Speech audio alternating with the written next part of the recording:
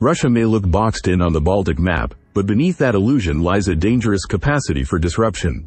With Sweden and Finland joining NATO, Western analysts have painted the Baltic Sea as a NATO-controlled corridor. The strategic choke points, the Øresund, Great Belt, and Little Belt Straits, are all in friendly hands.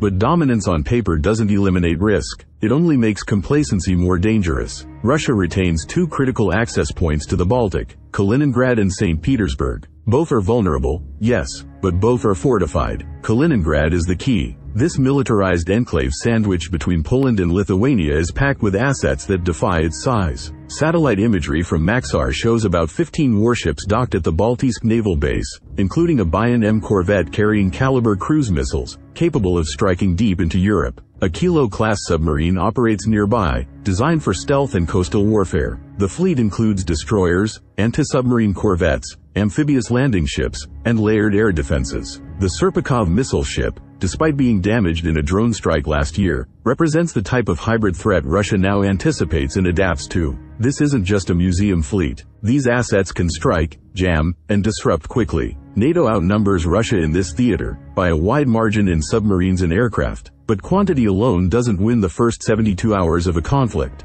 That early window is where Russia has positioned itself to inflict chaos. And chaos, not conquest, is what Moscow needs. Kaliningrad's Shkolovsk Air Base hosts 24 Su-27 multirole fighters, capable of intercepting NATO aircraft far beyond the enclave. Occasionally, tanker aircraft arrive to extend their operational reach. Russian MiG-31Ks armed with Kinzhal hypersonic missiles, on paper, capable of evading most NATO defenses, have also made appearances. This air power is shielded by S-300 and S-400 missile batteries. It's not overwhelming force, but it's optimized to delay, confuse, and strike first. The threat doesn't stop at air and sea. Russia's hybrid operations escalate quietly. GPS jamming in Scandinavia, cyber intrusions, undersea cable surveillance. The intelligence ship Yantar, stationed at Olenya Guba, isn't there for show. It's built for espionage, tracking undersea infrastructure that Western economies and militaries depend on. The presence of Tu-95 strategic bombers at Olenya Air Base further reinforces Russia's intent to maintain long-range capabilities in striking distance of the Baltic.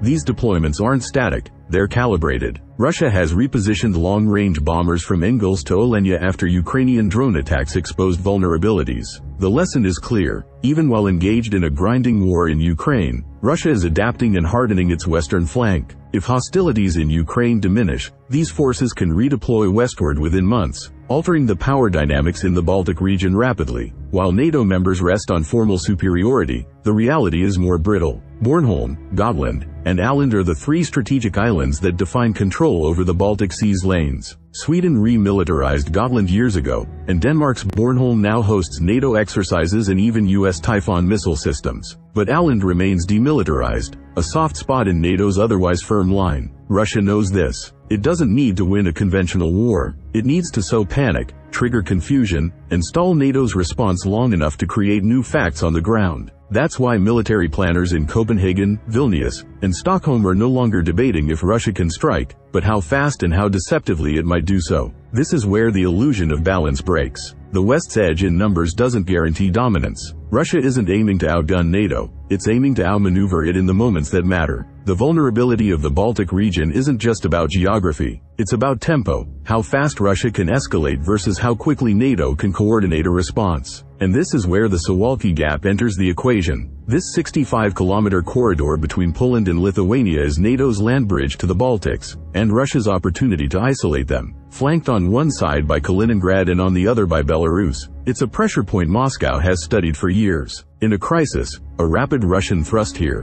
whether by armor, paratroopers, or electronic warfare, could sever NATO supply lines to Latvia, Lithuania, and Estonia. Belarus complicates this threat calculus. Minsk is no longer acting independently, it's a staging ground. Russian air defenses like the S-400, along with tactical missile systems, are already stationed there. Intelligence reports confirm that Russia has tested moving Iskander missiles through Belarusian territory. In the event of a flare-up, these assets could target NATO convoys before they ever cross the Suwalki corridor. The danger isn't just invasion, it's paralysis. Meanwhile, NATO's own plans hinge on an assumption that reinforcements can flow smoothly through Germany and Poland into the Baltics. But that route is under strain. Germany's infrastructure has bottlenecks, Poland's logistics are overstretched supporting Ukraine, and the Baltic states rely on narrow rail corridors and exposed roads. US and NATO wargames have repeatedly flagged this vulnerability. In a 2023 RAND simulation, NATO forces arriving late to the fight found themselves cut off as Russian forces closed the gap within days. This isn't theory. Russia has already rehearsed fast-move scenarios with Belarusian support in Zapad exercises, combined arms maneuvers that mimic striking into the Baltic while jamming NATO's communications and staging maritime disruption from Kaliningrad. Moscow's intent is clear: prepare to act faster than NATO can decide. Adding to the pressure is the ambiguous legal status of Åland. Though it belongs to Finland, Åland is demilitarized under international treaty. That's a diplomatic relic from the 20th century, but it could become a loophole for 21st century aggression. If Russia uses hybrid tactics, fishing vessels with electronic warfare gear, civilian, drones, or disinformation ops, it might challenge Finland's ability to respond without breaching the treaty. A militarized Åland would close a flank, a neutral one could open it. NATO is trying to adapt. The US has deployed the Typhoon system, an adaptable missile launcher that can fire Tomahawks or SM-6 interceptors, to places like Bornholm.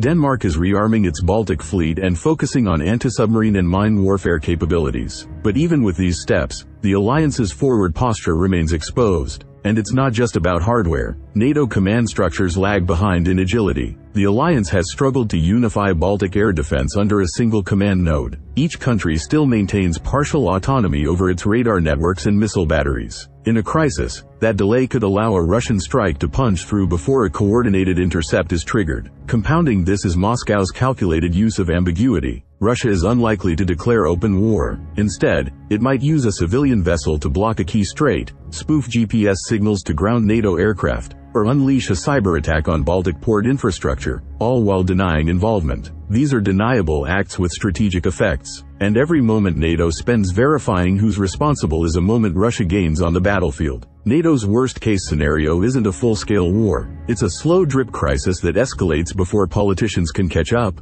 That's the real weapon Russia is wielding: time. By forcing NATO to react rather than anticipate, Moscow exploits the alliance's most glaring weakness, not its firepower, but its bureaucracy. In this environment, traditional deterrence is not enough. Deterrence works when red lines are clear and timing is predictable. But Russia's game is to blur the lines and break the clock. If NATO fails to adjust its mindset, to shift from reactive to preemptive thinking, it risks losing not just territory, but credibility. And in geopolitics, credibility is deterrence. The next flashpoint isn't necessarily the Suwalki Gap or Åland. It could be the sea itself. Russia's maritime strategy in the Baltic is shifting. No longer confined to overt naval drills, Moscow now blends surveillance, sabotage, and misinformation into a broader campaign to control perception and access. Recent damage to undersea infrastructure, pipelines and data cables in the Baltic, has highlighted just how easy it is to target NATO's arteries without leaving fingerprints. Western intelligence agencies have confirmed that Russian vessels, including modified fishing trawlers, have lingered near critical cables before disruptions occurred.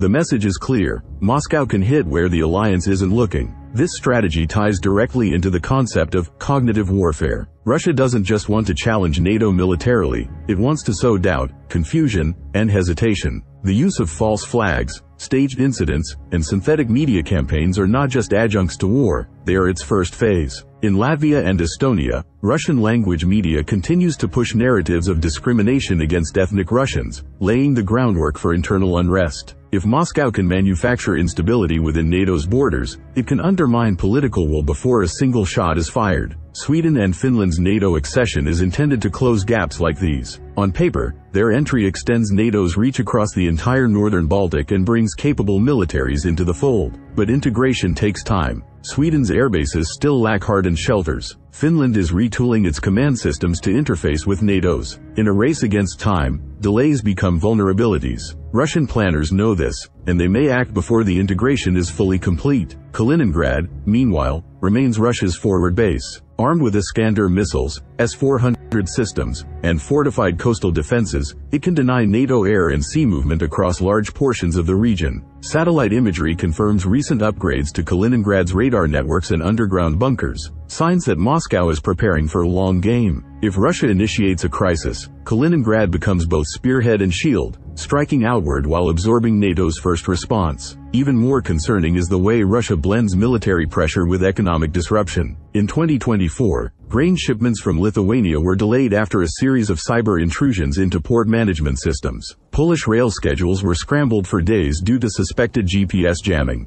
These incidents didn't cross the Article 5 threshold, but they strained national budgets, slowed military readiness, and created political headaches. This is gray zone warfare, not war, not peace, but erosion. So how should NATO respond? First, by hardening infrastructure, not just troop numbers. That means building redundancy into undersea cable networks, investing in electromagnetic shielding for command centers, and training port authorities in cyber response protocols. Second, by creating real-time data fusion across the alliance, an integrated situational awareness system that connects satellites, naval radar, civilian ports, and air defenses into one operational picture. Fragmentation is NATO's Achilles heel, and Moscow exploits it daily. Finally, the alliance must make deterrence visible. That means more than just troops in Estonia or flyovers in Lithuania. It means strategic messaging, publicizing missile defense tests, demonstrating fast deployment drills, and clearly articulating consequences for hybrid attacks. Russia plays to perception.